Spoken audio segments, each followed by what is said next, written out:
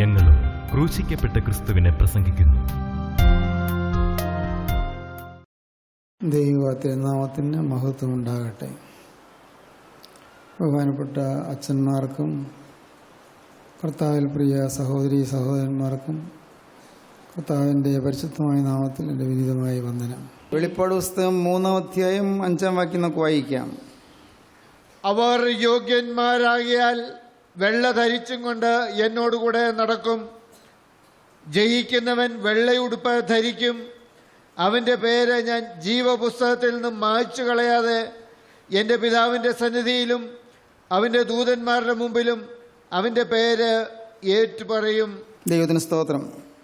ഉടുപ്പ് മലിനമാകാത്ത കുറേ പേർ സർദീസിൽ നിനക്കുണ്ട്.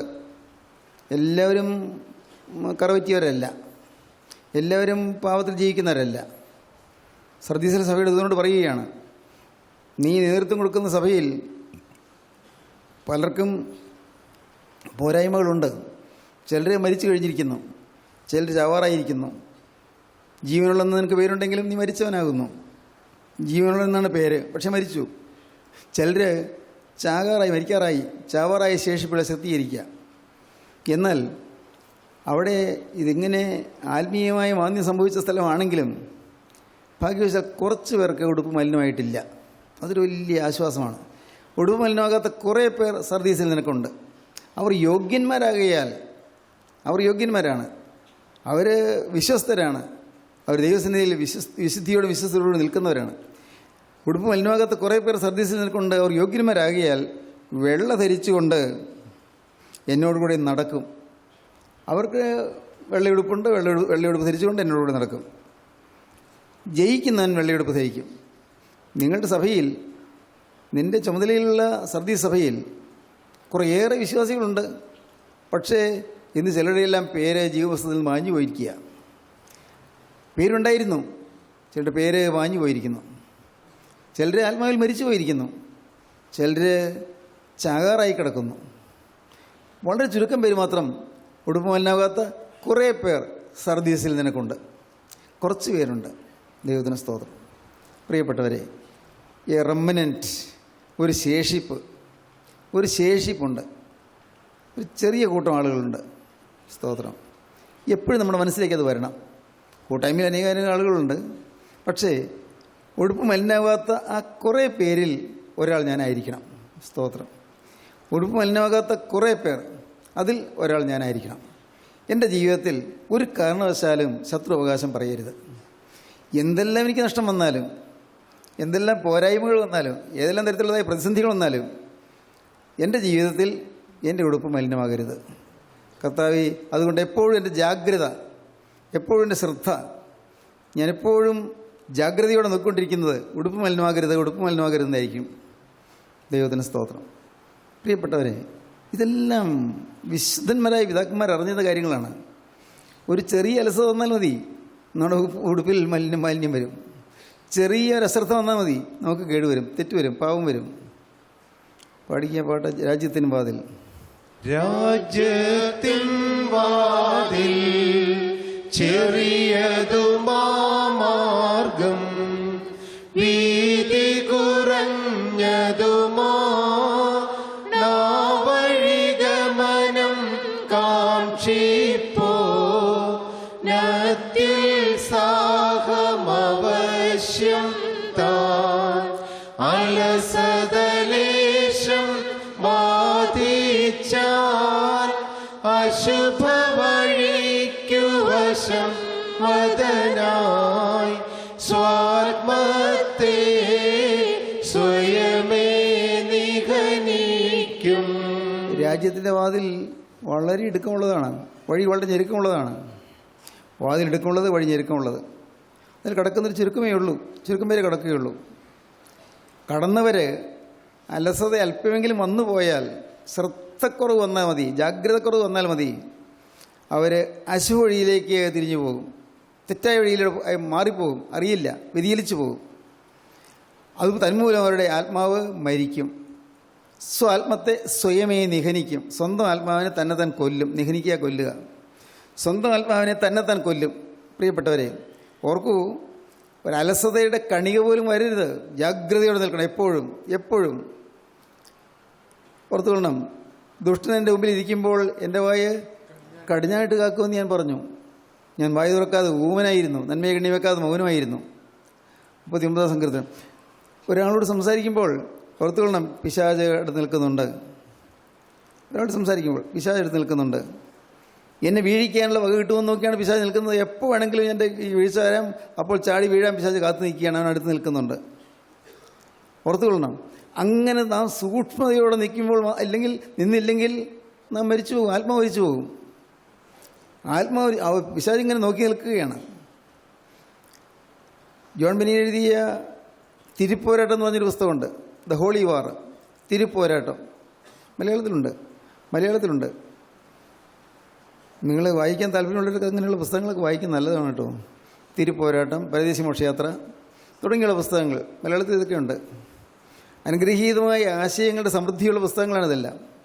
ഈ തിരുപ്പോരാട്ടത്തിൽ ശരീരത്തിലെ ഓരോ അവയവങ്ങളെയും കോട്ടയുടെ വാതിലുകളായിട്ടാണ് അവിടെ സങ്കല്പിച്ചിരിക്കുന്നത്. ഓരോ അവയവത്തിനും കാവൽക്കാർ നിൽക്കുകയാണ്. കാവൽക്കാർ, നാവിന് കാവൽക്കാർ, കേൾവിക്ക് കാവൽക്കാർ, കണ്ണിന് കാവൽക്കാർ, ഇങ്ങനെ ഓരോ അവയവങ്ങൾക്കും, ഈ സെൻസ് ഓർഗൻസ്, ജ്ഞാനേന്ദ്രിയങ്ങൾക്കെല്ലാം കാവൽക്കാർ നിൽക്കുക. ഈ കാവൽക്കാർ അല്പം ഒന്ന് മയങ്ങിപ്പോയാൽ ദുഷ്ടൻ ആ വാതിൽ കൂടി അകത്ത് കിടക്കും. അതുകൊണ്ട് വളരെ സൂക്ഷിക്കണമെന്ന്. തിരുപ്പോരാട്ടം എന്ന് പറഞ്ഞ പുസ്തകത്തിൻ്റെ കേന്ദ്ര ആശയം ഞാൻ പറഞ്ഞത്. രാജാവിൻ്റെ രാജധാനിയിലുള്ളതായ കോട്ടയ്ക്ക് ചുറ്റും കാവൽക്കാരുണ്ട്. ഓരോ വാതിൽക്കലും കാവൽക്കാരുണ്ട്. കാവൽക്കാർ മറികടന്നു വന്ന് ശത്രുക്കൾ അകത്ത് കിടക്കാൻ സാധ്യതയുണ്ട്. അതുകൊണ്ട് എപ്പോഴും കരുതലോടുകൂടി ഇരിക്കണമെന്ന്. ഞങ്ങളുടെ അവയവങ്ങളുടെ തുറക്കപ്പെട്ട വാതിലുകൾക്ക് നീ കാവൽക്കാർ നിയമിക്കണമേ. ഇതൊക്കെ നമുക്ക് അറിയാമായിരുന്നതല്ല. അവയവങ്ങളുടെ തുറക്കപ്പെട്ട വാതിലുകൾക്ക് നീ കാവൽക്കാരെ നിയമിക്കണമേ. ദൈവത്തിന് സ്തോത്രം. പ്രിയപ്പെട്ടവരെ, അന്ന് ജീവൻ്റെ പുസ്തകത്തിൽ പേരുള്ളവർ അല്പം അലസത വന്നു പോയാൽ മതി, ജീവൻ്റെ പുസ്തകത്തിൽ നിന്ന് പേര് വായിച്ചു കളയും. വായിക്കുന്നത് അങ്ങനെയാണ്: അവർ യോഗ്യന്മാരാകിയാൽ വെള്ള ധരിച്ചുകൊണ്ട് എന്നോട് നടക്കും, ജയിക്കുന്നവൻ വെള്ളയുടുപ്പ് ധരിക്കും. അവൻ്റെ പേര് ഞാൻ ജീവപുസ്തകത്തിൽ നിന്ന് വായിച്ചു കളയാതെ എൻ്റെ പിതാവിൻ്റെ സന്നിധിയിലും എൻ്റെ ദൂതന്മാരുടെ മുമ്പിലും എൻ്റെ പേരായിട്ട് പറയും. ജീവൻ്റെ പുസ്തകത്തിൽ നിന്ന് വായിച്ചു കളയില്ല. ജയിക്കുന്നവൻ്റെ പേര് ജീവൻ്റെ പുസ്തകത്തിൽ നിന്ന് വായിച്ചു കളയില്ല. ജയിക്കണം, നാം ജയാളിയാകണം. ആരാണ് ജയിക്കുന്നത്? ജയാളികൾ, ജേതാക്കൾ. വിജയിക്കുന്ന ആരാണ്? ഇബ്താഹിൻ്റെയും ഗദിയോൻ്റെയും കഥകൾ ആത്മീയമായി നിരൂപണം ചെയ്തുകൊണ്ട് എഴുതിയ പുസ്തകമാണത്. ജയിക്കുന്നവരാണ്. ഇബ്താഹ് ജയിക്കുന്നതിനായി, ഗദിയോൻ ജയിക്കുന്നതിനായി. ജയം പ്രാപിക്കണമെന്നാണ്. വേദപുസ്തകത്തിലെ ഭക്തന്മാരുടെ ജീവിതചരിത്രം വായിക്കുന്ന നല്ലതാണ്. ഭക്തന്മാരുടെ അനുഭവങ്ങൾ വായിക്കുന്ന നല്ലതാണ്. അല്ല, വേദപുസ്തകത്തിൽ നിന്നല്ല, ഇന്നും ജീവിച്ചിരിക്കുന്ന അനേകം വിശുദ്ധന്മാരുണ്ട്. പിന്നീട് പിൽക്കാലത്ത് വന്ന വിശുദ്ധന്മാരുണ്ട്. വിശുദ്ധന്മാരുടെ പുസ്തകങ്ങളൊക്കെ വായിക്കുമ്പോൾ നമുക്ക് ഓർക്കും, ഇവരൊക്കെ ആത്മീയ ജീവിതത്തെ അവർ നിയന്ത്രിച്ചുകൊണ്ടിരുന്നത് എന്ത് ത്യാഗമാണ് സഹിച്ചത്, എന്ത് കഷ്ടപ്പാടാണ് സഹിച്ചാണ്. നമ്മൾ കഷ്ടപ്പാടൊന്നും സഹിക്കുന്നില്ല, നമ്മളൊന്നും ത്യജിക്കുന്നില്ല, നമ്മളൊന്നും നഷ്ടപ്പെടുന്നില്ല. നമ്മുടെ സമയം നഷ്ടപ്പെടുത്താൻ നമുക്ക് പറ്റുകയില്ല. നമ്മുടെ വീര്യം നഷ്ടപ്പെടുത്താൻ സാധിക്കുകയില്ല.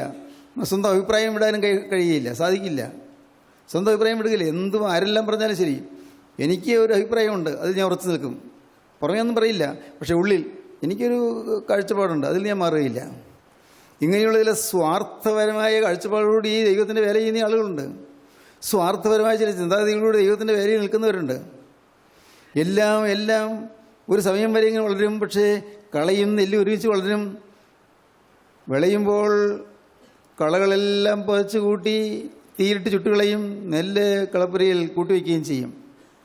ദൈവത്തിന് സ്തോത്രം. ഇന്നെല്ലാം ഒപ്പം വളരുകയാണ്. കളയും വളരുന്നു, നെല്ലും വളരുന്നു. കളയും വളരുന്നു, ഗോതമ്പും വളരുന്നു. ഇന്ന് രണ്ടും ഒപ്പം വളരുകയാണ്. ഈ മണ്ണിൽ നിന്ന് തന്നെ പോഷകാംശങ്ങൾ കളയും വലിച്ചെടുക്കുന്നു, നെല്ലും വലിച്ചെടുക്കുന്നു. കർത്താവിൻ്റെ ശിഷ്യന്മാർ ചോദിച്ചു, ഞങ്ങൾ പറിച്ചു കൂട്ടാൻ സമ്മതമുണ്ടോ? ഈ കളയൊക്കെ പറിച്ചു കളയാൻ? വേണ്ട, കളയണ്ട, വേണ്ട. 2 കൊയ്ത്തോളം വളരട്ടെ, കൊയ്ത്തോളം വളരട്ടെ. ഇപ്പോൾ നെല്ലാണ് തോന്നിക്കുന്ന കളകളുണ്ട്. ചില കളകൾ നെല്ലാണ് തോന്നിക്കും, നെല്ലാണെന്ന് വിചാരം. ഈ നെല്ലിനെക്കുറിച്ച് നല്ല അറിവില്ലാത്തവർ ചെന്ന് നോക്കിയാൽ എല്ലാം നെല്ലാണെന്ന് വിചാരിക്കും. പക്ഷേ കൊയ്ത്തിൻ്റെ സമയമാകുമ്പോഴേക്കും അതിൻ്റെ കതിര് വരുമ്പോൾ കാണാം, ഫലം കാണാം, വരുമ്പോൾ കാണാം അത് ഇന്നത് കളയാണ്, ഇന്നത് നെല്ലാണ് എന്ന്, അല്ലെങ്കിൽ ഇന്നതിൻ്റെ ഗോതമ്പാണെന്ന്. കൊയ്ത്തോളം വളരട്ടെ, രണ്ടും കൊയ്ത്തോളം വളരട്ടെ. മത്തായിയുടെ സുവിശേഷം 13 അധ്യായത്തിലാണ്. രണ്ടും കൊയ്ത്തോളം വളരട്ടെ. എന്നിട്ടോ കൊയ്ത്ത് കാലത്ത് അവൻ വേലക്കാരോട് കളകൾ കെട്ടുകെട്ടായി കെട്ടി തീയിലിട്ട് ചുട്ടുകളവീൻ, ഗോതമ്പ് കളപ്പുരയിൽ ശേഖരിപ്പീൻ എന്ന് പറയും. ദൈവത്തിന് സ്തോത്രം. ഇന്ന് സമൂഹത്തിൽ കളയും നെല്ലും ഒരുമിച്ച് വളരുകയാണ്. എത്ര കേട്ടിട്ടും വിശ്വാസം വരാത്ത ആളുകൾ ഇന്നുമുണ്ട്. എത്ര കേട്ടിട്ടും അനുതാപം കിട്ടാത്തവരിന്നുമുണ്ട്. എത്രമാത്രം കേട്ടിട്ടും ജീവൻ്റെ പുസ്തകത്തിൽ പേര് വേണമെന്നുള്ളതായ ചിന്തയില്ലാത്തവരിന്നുമുണ്ട്. അനേകം ആളുകൾ ജീവൻ്റെ പുസ്തകത്തിൽ പേര് കിട്ടുക എന്നൊക്കെ പറയുന്നത് എന്താണെന്ന് പോലും അറിയാൻ വയ്യാത്ത ആളുകളുണ്ട്. പിശാച് പലരെയും മനസ്സിങ്ങനെ കുരുടാക്കിയിരിക്കുകയാണ്, അന്ധത വരുത്തിയിരിക്കുകയാണ്, അന്ധകാരം വരുത്തിയിരിക്കുകയാണ്. രണ്ട് കൊയ്ത്തോളം വളരട്ടെ എന്നാണ് യജമാനൻ പറയുന്നത്. ദൈവത്തിന് സ്തോത്രം. വായിക്കാം. അവൻ മറ്റൊരു അവർക്ക് പറഞ്ഞു കൊടുത്തു, സ്വർഗരാജ്യം ഒരു മനുഷ്യൻ തന്റെ നിലത്ത് നല്ല വിത്ത് വിതച്ചതിനോട് സദൃശമാവുന്നു. മനുഷ്യർ ഉറങ്ങുമ്പോൾ അവന്റെ ശത്രു വന്നു ഗോതമ്പിന്റെ ഇടയിൽ കള വിതച്ച് പോയിക്കളഞ്ഞു. ഞാറ് വളർന്ന് കതിരായപ്പോൾ കളയും കാണായി വന്നു. ഞാറ് വളർന്ന് കതിരായപ്പോൾ കളയും കാണായി വന്നു. അപ്പോൾ വീട്ടുടയവന്റെ ദാസന്മാർ അവന്റെ അടുക്കൽ ചെന്ന്, യജമാനനെ വയലിൽ നല്ല വിത്തല്ലയോ വിതച്ചത്? വയലിൽ നല്ല വിത്തല്ലേ നമ്മൾ വിതച്ചത്? പിന്നെ കള എവിടെ നിന്ന് വന്നു എന്ന് ചോദിച്ചു. ഇനി കള എങ്ങനെ വന്നു? യജമാനെ ഇതെങ്ങനെയാ കള വന്നത് ചോദിച്ചു. ഇത് ശത്രു ചെയ്തതാവുന്നു എന്ന് അവൻ അവരോട് പറഞ്ഞു. ഇത് ശത്രു ചെയ്തതാണ്. നല്ല എത്താ വിതച്ചത്, പക്ഷെ ശത്രു ഇടയ്ക്ക് കൊണ്ടുവന്ന് കള വിതച്ചിട്ട് പോയി. പിശാച് വളരെ സൂത്രശാലിയാണ്. കള വിതയ്ക്കും. നമ്മുടെ ജീവിതത്തിൽ ചില കളകൾ ഇങ്ങനെ വിതയ്ക്കും. അറിയാൻ ചിന്തിക്കാനോ നമുക്ക് സാധിക്കുന്നതിനപ്പുറം ചില കളകൾ വിതച്ചിട്ട് അവൻ പോയിക്കളയും. ഇത് ശത്രു ചെയ്തതാകുന്നു. എൻ്റെ വേദത്തിൽ ഞാനത് അണ്ടർലൈൻ ചെയ്തിട്ടുണ്ട്. ഇത് ശത്രു ചെയ്തതാകുന്നു. 13 അധ്യായം. ഇത് ശത്രു ചെയ്തതാകുന്നു. പിശാച് ചെയ്യുന്നൊരു വലിയ പ്രവൃത്തിയാണത്. ആരും ഒന്നും ചിന്തിക്കുന്നില്ല. പിശാച് ഉണ്ടെന്നോ, അവനിങ്ങനെ നശിപ്പിക്കുമെന്നോ, അവൻ നമ്മുടെ ഭാവി മുടിച്ചു കളയുമെന്നോ, അവനാണ് വഴക്കുണ്ടാക്കുന്നതെന്നോ, അവനാണ് കലഹം ഉണ്ടാക്കുന്നതെന്നോ, അവനാണ് കോപം ഉണ്ടാക്കുന്നതെന്നോ, അവനാണ് അശുദ്ധിയിലേക്ക് നയിച്ചുകൊണ്ട് പോകുന്നതെന്നോ, അവനാണ് ചീത്ത വികാരങ്ങൾ ഉണ്ടാക്കുന്നതെന്നോ ഒന്നും ആരും ചിന്തിക്കുന്നില്ല. ഒരു ഭീകരനുണ്ട്. നിങ്ങളെ വീഴിക്കാൻ നിങ്ങളുടെ ചുറ്റും ഭീകരന്മാരുണ്ട്. ഒന്ന് ഓർത്ത് നോക്കൂ. ഭയങ്കരന്മാരായ ചില മല്ലന്മാരോട് ചുറ്റുമുണ്ടെങ്കിൽ നമുക്ക് പേടിയുണ്ടാവില്ലേ? എപ്പോൾ വേണമെങ്കിലും ചാടി വീഴാം. അങ്ങനത്തെ ദുഷ്ടന്മാർ, ഭീകരന്മാർ, മനുഷ്യരല്ല, ഭീകരന്മാരായ പിശാചുക്കൾ നമ്മുടെ ചുറ്റുമുണ്ട്. ഈ പിശാചുകളുടെ ഇടയിൽ കൂടിയാണ് നാം നടന്നു പോകുന്നത്. ഓരോ ദിവസവും നാം പോകുന്നത്. എങ്ങനെയും നമ്മളെ നശിപ്പിക്കുക, നമ്മളെ അറുക്കുക, നമ്മൾ മുടിക്കുക, നമ്മൾ മോഷ്ടിക്കുക എന്നുള്ളതാണ് പിശാചിൻ്റെ ഉദ്ദേശം. അറുപ്പാനും മുടിപ്പാനും മോഷ്ടിപ്പാനും അല്ലാതെ കള്ളൻ വരുന്നില്ല. അറുക്കുക, മുടിക്കുക, മോഷ്ടിക്കുക. ദൈവത്തിന് സ്തോത്രം. യോഹന്നാന്റെ സുവിശേഷം 10 അധ്യായം.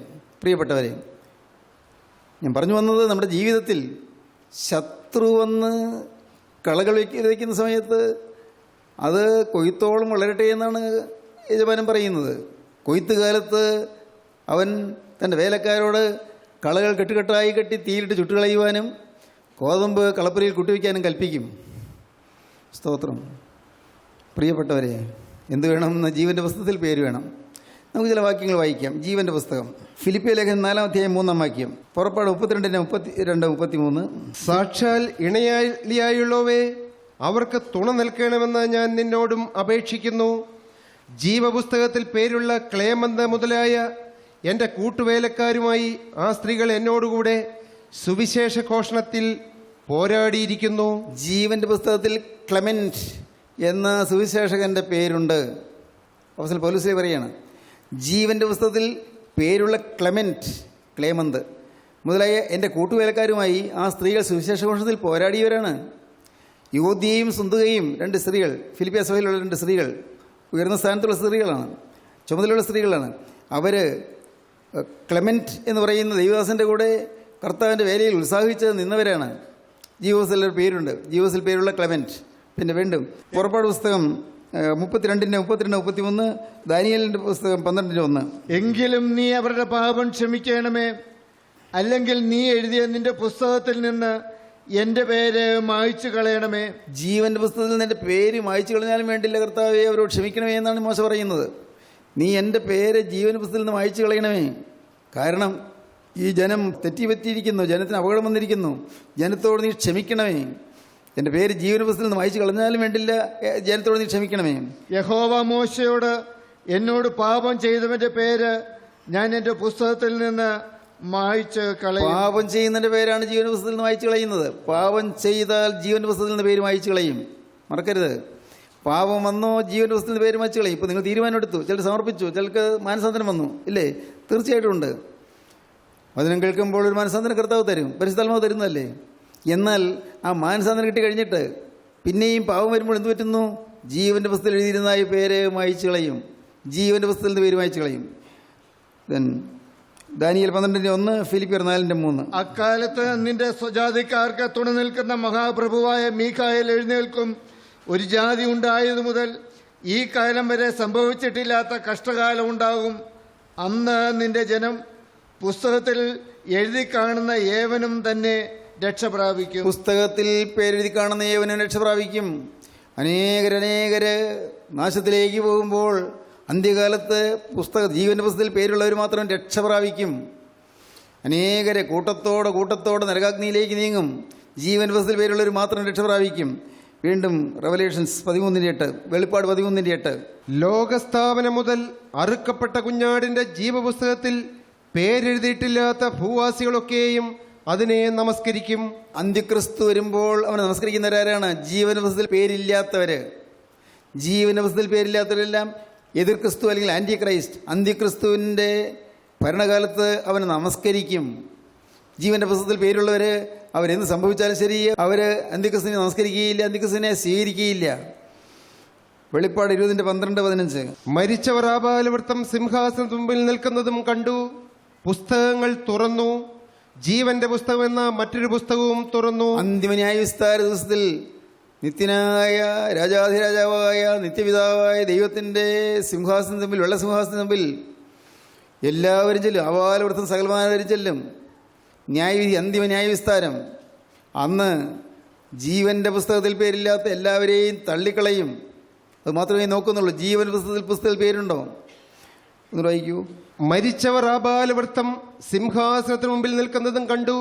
പുസ്തകങ്ങൾ തുറന്നു. പുസ്തകങ്ങൾ, ഓർമ്മയുടെ പുസ്തകങ്ങളുണ്ട്, ജീവന്റെ പുസ്തകമുണ്ട്. പുസ്തകങ്ങൾ തുറന്നു.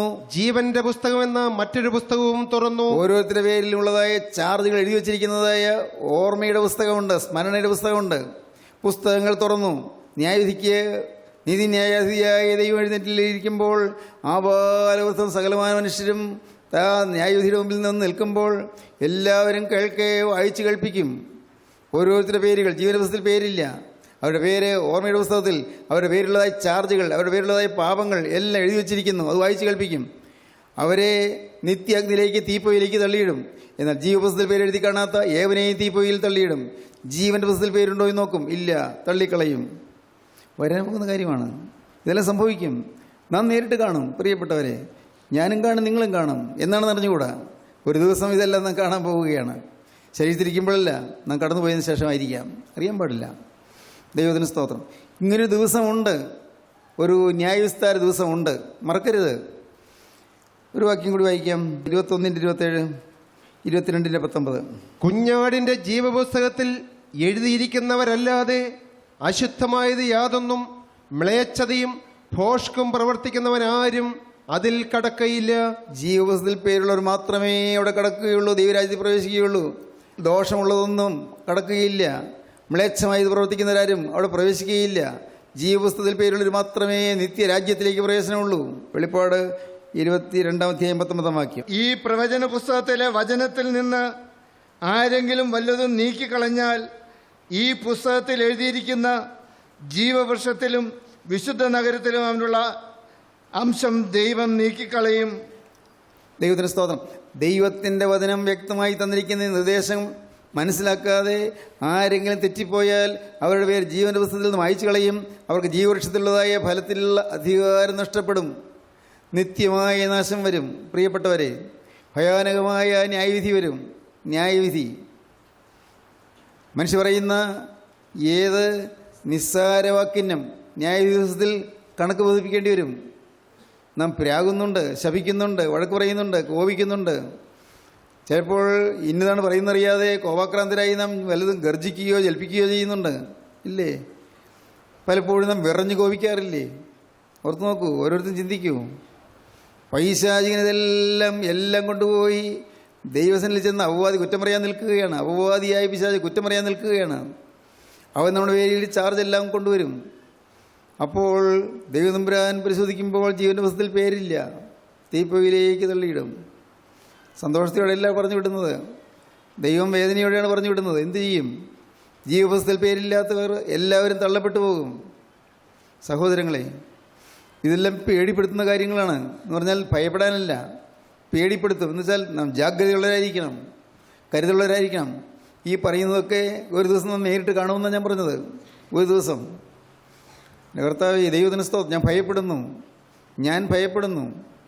ഞാൻ ഈ പിതാക്കന്മാരുടെ എഴുത്തുകളും പ്രാർത്ഥനകളും പലതും വായിക്കുകയും ഒക്കെ ചെയ്യാറുള്ളതുകൊണ്ട് എനിക്ക് ഇതെല്ലാം വളരെ വ്യക്തമായ അനുഭവങ്ങളാണ്. പാടാം. നീതിയിൽ വിധി ചെയ്യോ ന്യായാധിപതേ നീ ഏറ്റരുതേ, വിധിയിൽ കടമോർത്തിയിടരുതേ.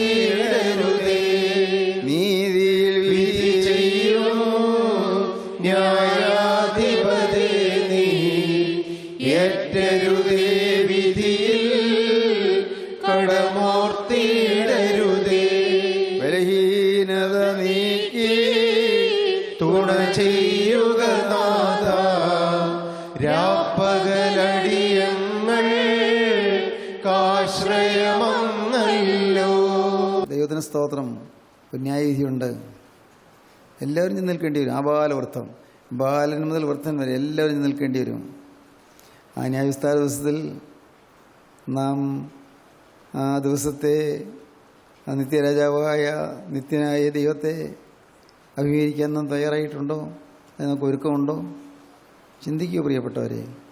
ഇന്ന് നാം ആടിപ്പാടി നടക്കുന്നു, ജോലികൾ ചെയ്യുന്നു, കഷ്ടപ്പെടുന്നു, മക്കളെ പഠിപ്പിക്കുന്നു, പല പല കാര്യങ്ങൾ ചെയ്യുന്നു. തീർച്ചയായിട്ടും വേണം, എല്ലാം ചെയ്യണം. പക്ഷേ ആത്മാവിൻ്റെ കാര്യം കരുതിയോ? ആത്മാവ് രക്ഷപ്പെടണമെന്ന് ചിന്തിച്ചോ? ഒരു ദിവസം ഞാൻ ഈ ഭൂമിയിൽ നിന്ന് മാറ്റപ്പെടുമെന്ന് നിങ്ങൾക്ക് ഓർമ്മയുണ്ടോ? അറിയാം, പക്ഷേ അത് വില കൊടുക്കുന്നില്ല. ദിവസം പോകും, ശരിയാ, എല്ലാവർക്കും അറിയാം. പക്ഷേ നാം ഈ ഭൂമിയിൽ നിന്ന് കടന്നു നിന്ന് നിത്യതയിലേക്ക് ചെല്ലുമ്പോൾ ഒരു ന്യായവിസ്താരത്തെ നേരിടേണ്ടി വരുമെന്ന് ചിന്തിക്കുന്നുണ്ടോ? ദൈവത്തിന് സ്തോത്രം. അവിടെ ഒന്നും മറുപടി പറയാനില്ല. എല്ലാവരും നിശബ്ദരായി നിൽക്കും. ആർക്കും ഒരു മറുപടി പറയാനില്ല. കാരണം എല്ലാം തെളിവോടുകൂടി പുസ്തകത്തിൽ നിന്ന് വായിച്ച് കേൾപ്പിക്കുകയാണ്, ഓരോരുത്തരുടെ പേരിലുള്ളത്. എല്ലാവരും കേൾക്കും. ഇന്ന് നാം മാന്യരായി കാണപ്പെടുന്നു, പക്ഷേ അന്ന് അവിടെ വരുമ്പോൾ മാന്യതയെല്ലാം വലിച്ചു ചീന്തിക്കളയും, എല്ലാം പോവും. ഇന്ന് നല്ലൊരു നീതിവാന്മാരുമായി കാണപ്പെടുന്ന മനുഷ്യരുടെ മുമ്പിൽ, പക്ഷെ അന്ന് അവിടെയെല്ലാം ഉള്ളതുപോലെ കാണും. നമ്മുടെ അകം കാണും, അകത്തെ സ്ഥിതി കാണും. ആ ന്യായവിസ്താര ദിവസത്തിൽ ചെല്ലുമ്പോൾ നാം കർത്താവായ യേശുവിൻ്റെ തിരുമുൻപാകെ നമുക്ക് നിൽക്കാൻ, നമുക്ക് ചങ്കുറപ്പോടെ നിൽക്കാൻ സാധിക്കണമെങ്കിൽ ഇന്ന് ക്രിസ്തു നമ്മുടെ ഹൃദയത്തിൽ വരണം. യേശു ഹൃദയത്തിൽ വരണം. ക്രിസ്തുവിൻ്റെ ക്രൂശ് ഹൃദയത്തിൽ വരണം. കഴുത്തിൽ കുരിശുമാല കെട്ടിയിട്ടൊരു കാര്യമില്ല. താലിയിൽ കുരിശിൻ്റെ അടയാളം ഉണ്ടായതൊരു കാര്യമില്ല. വേണ്ടെന്നല്ല പറഞ്ഞത്. അല്ല, നിങ്ങളുടെ കഴുത്തിലൊരു നല്ല കുരിശ്, വലിയൊരു കുരിശ്, കറുത്ത ഒരു കുരിശ് കെട്ടി തൂക്കി ശ്രീവായുടെ ദാസനം എന്നൊക്കെ പറഞ്ഞ് നടക്കാം. മനുഷ്യരോട് പറയാം. ദൈവത്തിന് സ്തോത്രം. പ്രിയപ്പെട്ടവരെ, കുരിശും പേറിയും മലയാറ്റൂർ കയറാം, കുരിശും ചുവന്നുകൊണ്ട് പോകാം, ഇതൊക്കെ ചെയ്യാൻ സാധിക്കും. പക്ഷേ ഹൃദയത്തിൽ കുരിശ് വേണം. ഹൃദയത്തിൽ കുരിശ്. എന്തായി പറഞ്ഞതിൻ്റെ അർത്ഥം? എൻ്റെ ജീവനുള്ള ദൈവം നിങ്ങൾക്ക് വെളിവാക്കി തരട്ടെ. ഈ കുരിശ് എന്നും വഹിക്കാൻ, എന്നും വഹിക്കാൻ, എന്നും ആക്ഷേപം വഹിക്കാൻ, എന്നും പരിഹാസം സഹിക്കാൻ, എന്നും യേശുവിന് വേണ്ടി അറുക്കപ്പെട്ട കുഞ്ഞാട് പോലെ യേശുവിന് വേണ്ടി തന്നെ ചെലവഴിക്കാൻ, തന്നെ ഒഴിച്ചു കളയുവാൻ നമുക്ക് മനസ്സ് വരുമോ? പ്രിയപ്പെട്ടവരെ, അത് നിങ്ങൾക്ക് ആഗ്രഹമുണ്ടോ? ഇന്ന് നിങ്ങൾക്ക് ഒരു നല്ല ജീവിതം തുടങ്ങാം. നാളത്തേക്ക് മാറ്റിക്കേണ്ട ആവശ്യമില്ല. ഇന്ന് തുടങ്ങാം. കർത്താവേ, നാളെ വരുന്നു പോയ പാവങ്ങൾ എണ്ണിയാൽ തീരില്ല. എണ്ണിയാൽ തീരാത്ത പാവങ്ങൾ സംഭവിച്ചു പോയി. കർത്താവേ, ഞാൻ എന്തു വേണ്ടു? ഞാൻ വിശ്വസിക്കുന്നു നിൻ്റെ തിരുരക്തം എന്നെ കഴുകുമെന്ന്. ഞാൻ തിരുമുമ്പാകെ ഞാൻ വരുന്നു. എൻ്റെ കർത്താവേ, നീ എന്നോടൊന്നും മനസ്സറിയണം, എന്നോട് കരുണ തോന്നണം. കർത്താവേ, എൻ്റെ പേരിലുള്ളതായ പാപങ്ങളെല്ലാം മായ്ച്ചു കളയണം. എൻ്റെ പേരിലുള്ള കടച്ചീട്ടെല്ലാം കീറിക്കളയണം. കർത്താവേ, നിൻ്റെ സ്നേഹവും വിശുദ്ധി എൻ്റെ ഹൃദയത്തിലേക്ക് പകരണം.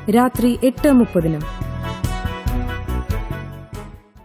ഈ ആശ്വാസ സന്ദേശം നിങ്ങൾ ശ്രദ്ധിച്ചുവല്ലോ.